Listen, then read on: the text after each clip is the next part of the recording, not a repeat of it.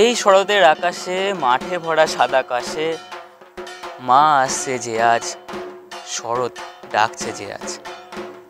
কৃষ্ণনগরে বনেদি বাড়ি নিয়ে আমরা 2024 সালে যে বিশেষ নিবেদনটি আপনাদের সামনে তুলে ধরছি বনেদি বাড়ি উমা নামক অনুষ্ঠানের মাধ্যমে, সেই অনুষ্ঠানেই আজকে আমরা কৃষ্ণনগর শহরের বিশেষ একটি বাড়িতে গিয়ে পৌঁছাবো। অবশ্যই তাদের পুজোর বিশেষত্ব আপনারা সকলেরই জানা, আপনাদের সকলেরই চেনা তাদের পুজো। সেই বাড়ির মা দুর্গার গায়ের রং নীল।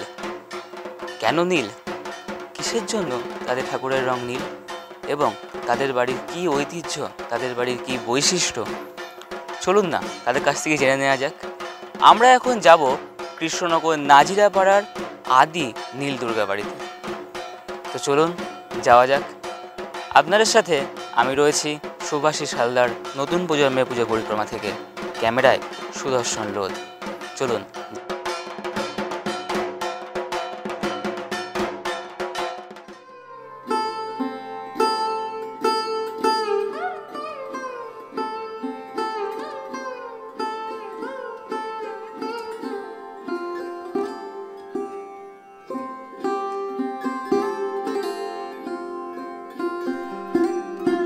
নতুন প্রজন্মের পুজো পরিক্রমা থেকে আমরা আজকে চলে এসেছি কৃষ্ণনগর নাজিরাপাড়া আদি নীল দুর্গা বাড়িতে।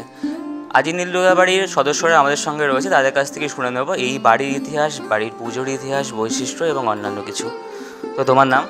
আমার নাম স্বপ্ননীল চ্যাটার্জি। তোমার নাম? প্রতীক্ষা মুখার্জি। আচ্ছা, প্রথমে আমি জিজ্ঞাসা করব এই আদি নীল দুর্গা বাড়ির ইতিহাস, বাড়ির ইতিহাস। বাড়ির ইতিহাস বলতে আজ থেকে 300 থেকে 350 বছর আগে অধুনা বাংলাদেশের ব্রহ্মরাইল জেলার বরিশাল গ্রামে আমাদের এই দুর্গাপুজো হতো, চট্টোপাধ্যায় পরিবারের দুর্গাপুজো হতো। সেখান থেকে বঙ্গভঙ্গ হওয়ার পর আমরা এখানে চলে আসি। এখানে নাজিরা 1947 সালে আমরা এখানে চলে আসি। নাজিরাপাড়া এসে আমরা এই পুজোটাকে আবার শুরু করি। তো সেই সময় আলো বৈদ্যুতিক ব্যবস্থা না থাকায় যে পালমশাই ছিল সে ল্যাম্পের আলোতে আমাদের দুর্গা প্রতিমা রং করতো। দুর্গা প্রতিমার রঙের সময় ভুল করে সে নীল রং দিয়ে ফেলে ঠাকুরের রঙের জায়গায়। সেই রাতে সেই ভুলটিকে কেউ নোটিস করে না। পরের দিন সকালে সবাই একসাথে স্বপ্ন দেখে, আমাদের বাড়িতে যে বড়রা ছিলেন এবং পালমশাই ঠাকুরমশাই সবাই একসাথে স্বপ্ন দেখেন, মা বলছেন যে ওনাকে এই রঙে পুজো করা হোক। সকালবেলা উঠে যখন সবাই দেখে যে মায়ের রঙটি নীল, সেখান থেকে আজ পর্যন্ত আমাদের এই নীল দুর্গা নীল রঙে পূজিত হয়ে চলেছে। আচ্ছা, তোমাদের এই নীল দুর্গা বাড়ির পুজো কে শুরু করে? আচ্ছা, আমরা যতদূর জানি যে যে পূর্বপুরুষের তালিকাটা আছে সেখানে গুরুপ্রসাদ চ্যাটার্জি এই পুজোটি শুরু করেন। এটাই আমরা সবাই জানি। প্রায় কত সালে সেটা ঠিক জানি না, তবে প্রায় 300-350 বছর পুরনো পুজো এটা, যেটা বাংলাদেশে শুরু হয়েছিল। তো আনুমানিক এইরকম সময় থেকে শুরু হয়, আর উনি প্রথম শুরু করে এটা আমাদের জানা। আর ওই 300-350 বছর হবে পুজো প্রায় শুরু হয়েছে। এই বাড়ির পুজোর কি বৈশিষ্ট্য রয়েছে? আমাদের বাড়ির পুজোর বৈশিষ্ট্য বলতে অনেকগুলি বৈশিষ্ট্য রয়েছে। আমাদের বাড়ির পুজোতে বলি হয়, পাঠা বলি হয় এখনও অবধি, সাথে আখ কলা শশা এইগুলি বলি হয়। পাঠা বলি আমাদের সপ্তমী, অষ্টমী, নবমী 3 দিনই হয়। আমাদের বোধন হয় ষষ্ঠীর দিন। তারপর থেকে চলতে থাকে আমাদের আশভোগ দিয়ে পুজো হয়। প্রত্যেক দিন মাছ আশভোগে থাকে, ঠাকুরকে ভোগ দেওয়া হয়।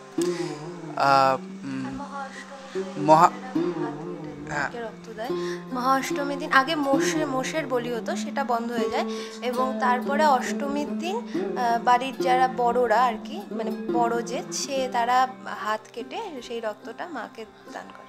মোষ বলিটা কবে থেকে বন্ধ হয়েছে? মোষ বলি এখানে আসার পর, আমরা যখন এখানে চলে আসি তারপর থেকে বন্ধ হয়ে যায়। তারপর এখন মোষ বলি দেওয়াটা খুবই একটু কষ্টকর একটা বিষয়, তো সেই জন্য সেটাকে বন্ধ করে দেয়। আমাদের যে বংশানুক্রমে আছে তারা হাত কেটে রক্ত দেয়। এই পরিবারের দুর্গা ঠাকুরে দেখি যে গণেশ কার্তিক মানে উল্টো দিক, এটা কেন? হ্যাঁ, মানে বাংলাদেশের যে কোনো পুজোতেই এই নিয়মটা আছে যে কার্তিককে বেসিক্যালি বড় ভাই হিসাবে কনসিডার করা হয়। তো ওই জন্য মানে বড় ভাই সবসময় ছোট ভাইয়ের ডান দিকে থাকবে, তো ওই জন্য গণেশের ডান দিকে কার্তিক থাকে। মানে এই জিনিসটা বজায় রাখার জন্যই গণেশের ডান দিকে কার্তিক বসে। বাড়ির পুজোর ভোগের কি আচার? ভোগে আমাদের যেমন ভোগ সব নর্মাল যে কোনো পুজোতে হয় সেরকমই হয়। তাছাড়া আমাদের মাছ ভোগ হয়, মাংস ভোগে যে পাঠারে আমাদের বলি হয় সেটা আমাদের মহাভোগ হিসেবে দেওয়া হয়।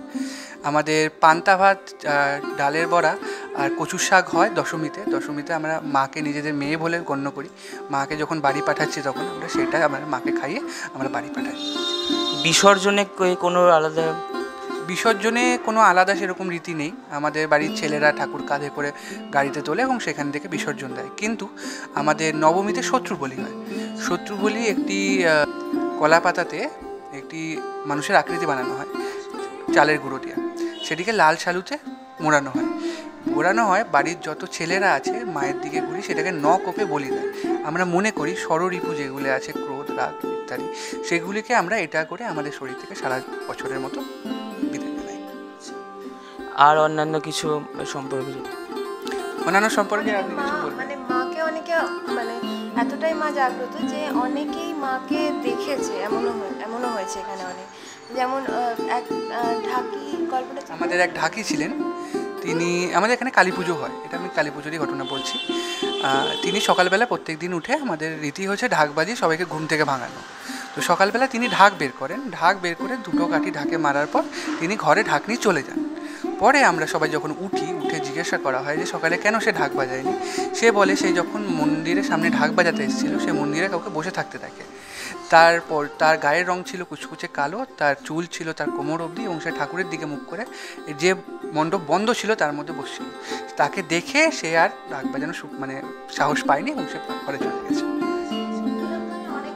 এরকম ধরনের অনেক গল্পই আছে।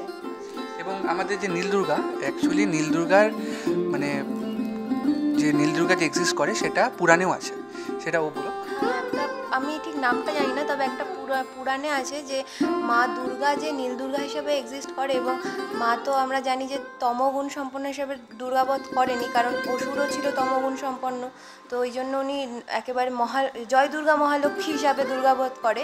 তো সেক্ষেত্রে মা যে নীল রঙের সেটা একটা পুরাণেও বর্ণিত আছে যে এই রঙেও মা দুর্গাবধ করেছে আর কি। আচ্ছা, কৃষ্ণনগরে এই আদি নীল দুর্গা বাড়ি ছাড়াও আরও অন্যান্য নীল দুর্গা বাড়ি দেখা যায়, তো সেই বিষয়ে একটু জানতে চাই। বিষয়টি হচ্ছে আমাদের যখন আমরা এখানে চলে আসি, আমাদের শরিক অনেক বড় পরিবার হলে যেটি হয়, তো একটুখানি দ্বন্দ্বের মধ্যে আমাদের পরিবারটি ভাগ হয়ে আমাদের যারা আলাদা আছে তারা নিজেরা পুজো করে এবং দাদু এই বিষয়ে দাদুই ভাগ করে দেয়। তারা নিজের মতো নতুন দুর্গা বাড়ি, এটা আমি বলছি না, আমাদেরটা হচ্ছে আদি দুর্গা বাড়ি। কিন্তু সবাই একসাথেই আছে, কিন্তু শুধু আলাদা বড় ফ্যামিলি হলে জাস্ট একটা আলাদা পুজো হচ্ছে, আর কিছু না। অনেক ধন্যবাদ তোমাদের। তো আমরা হ্যাঁ বললো যে ওটা হলো 1949 সালে বাংলাদেশের ভাগ্যকুল স্টেটের নায়েব জীবনলাল চট্টোপাধ্যায়, উনি এখানে আসে এবং তারপর থেকে এটা পুজোটা শুরু হয়। ওটা 1947 বলেছিল, তাই আমি কারেকশন করেছিলাম। অনেক ধন্যবাদ তোমাদের। তো আমরা এতক্ষণ ছিলাম কৃষ্ণনগর নাজিরাপাড়া আদি নীল দুর্গা বাড়িতে। তো আপনারা দেখছিলেন এতক্ষণ নতুন প্রজন্মের পুজো পরিক্রমার বিশেষ অনুষ্ঠান বনেদি বাড়ি রুমা।